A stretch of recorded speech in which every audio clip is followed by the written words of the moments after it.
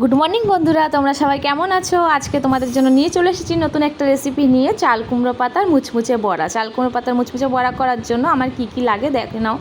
এখানে নিয়েছি আমি 100 গ্রাম মতো মটরের ডাল। মটর ডালটাকে আমি আধা ঘন্টা ধরে ভিজিয়ে রেখেছিলাম, আর পাতাগুলোকে আমি সুন্দর করে পরিষ্কার করে ধুয়ে নিয়েছি। এরপরে এই মটরের ডালটাকে আমি পেস্ট করে নেব।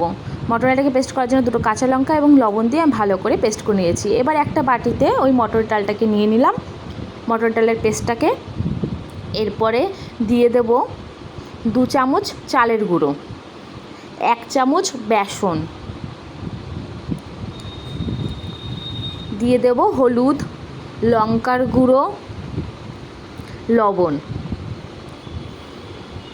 এটাকে ভালো করে মিশিয়ে নিয়ে তাতে অল্প অল্প করে জল দেব। দিতে দিতে এটাকে আমি 10 মিনিট ধরে ভালো করে ফেটিয়ে নেব, যাতে এর ভেতরে কোনো দানা দানা ভাব না থাকে। এরপর এটাকে রেস্টে রেখে দিলাম আধা ঘন্টার জন্য। এবার কড়াইতে সাদা তেল দিয়ে তেলটা গরম হলে আমি ওই পাতাগুলোকে ওই মিক্সির মধ্যে আমি এইগুলোকে ভালো করে মিশিয়ে নিয়ে তেলের মধ্যে ছেড়ে দেব। এইভাবে আমাকে ভেজে নিতে হবে।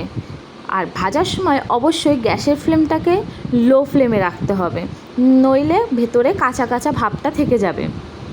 এবার আস্তে ধীরে সুস্থে আমি এইগুলোকে আস্তে আস্তে ভেজে নিলাম। এটা কিন্তু নিরামিষ দিনে ডালের সাথে দারুণ লাগে খেতে। হয়ে গেল আমার চাল কুমড়ো পাতার মুচমুচে বড়া। ভালো লাগলে লাইক, কমেন্ট, সাবস্ক্রাইব প্লিজ।